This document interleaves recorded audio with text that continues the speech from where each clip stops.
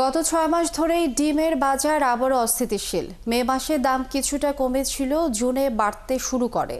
জুলাই থেকে বেশ দাম বেড়ে এখন আবারও আকাশ ছোঁয়া। বাজার সংশ্লিষ্টরা বলছেন, চাহিদা আর উৎপাদনে অসামঞ্জস্যতার কারণেই দাম বাড়ছে। ডিমের দাম কমাতে সংরক্ষণ খরচ কমানো, পোলট্রি ফিডের খরচ কমানোর দিকেও নজর দেওয়ার তাগিদ দিচ্ছেন ব্যবসায়ীরা। ফয়সাল রয়েলের প্রতিবেদন।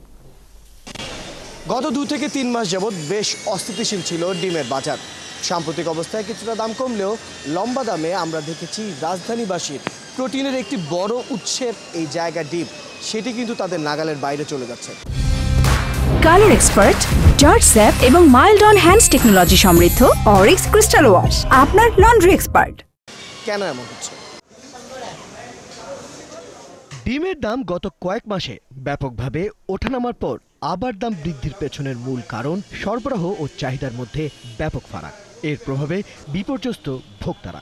এই যেমন জাহানারা বেগম নাতনির পুষ্টির চাহিদা পূরণে কিনছেন ভাঙা ডিম। আমরা মনে করেন কিনে খাইতে সমস্যা হয়ে যায়, কষ্ট হয়, এলেই তো বাঙ্গারুঙ্গারি নিয়ে খাই। এই ডিম তো 2 আলি ডিম কিনছি আগে 20 টাকা দিয়ে, আগে যে কিনে নিচ্ছি 20 টাকা কি 25 টাকা লাগছে, আর এখন তো 2 আলি নিলাম 50 টাকা। নাতিন আছে, মাইয়া আছে। আমরা তো নিম্ন পর্যায়ের মানুষ, হিমশিম খাইতে হয়। সবজির দাম বেশি, ডিমের প্রভাব পড়ে বেশি, মাছের দাম বেশি, ডিমের দাম একটু কম হলে ডিম খাইতে চায় মানুষ।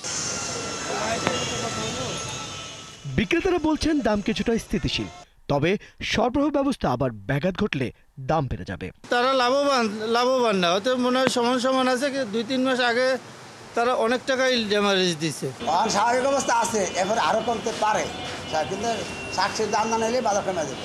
বিক্রেতারা এও বলছেন, বাজারে সবজি ও মাছের দাম বেড়ে যাওয়ায় ডিমের ওপর চাপ বেড়েছে। এদিকে বাজার সংশ্লিষ্টরা বলছেন, দেশে দৈনিক ডিমের উৎপাদন 4.5 থেকে 5 কোটিতে ওঠানামা করে, আর চাহিদা কম বেশি 5 কোটির কাছাকাছি। সরবরাহ ব্যাঘাত ঘটলেই দাম বাড়ে।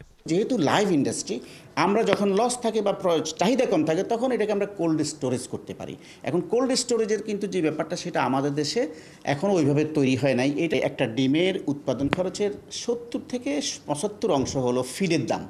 তো এই ফিডটার 80% জিনিস কিন্তু আনতে হয় ইম্পোর্ট করে। এটা খুব সহজ, ডলারের দাম যদি কমে যায় দেখবেন কমে যাবে।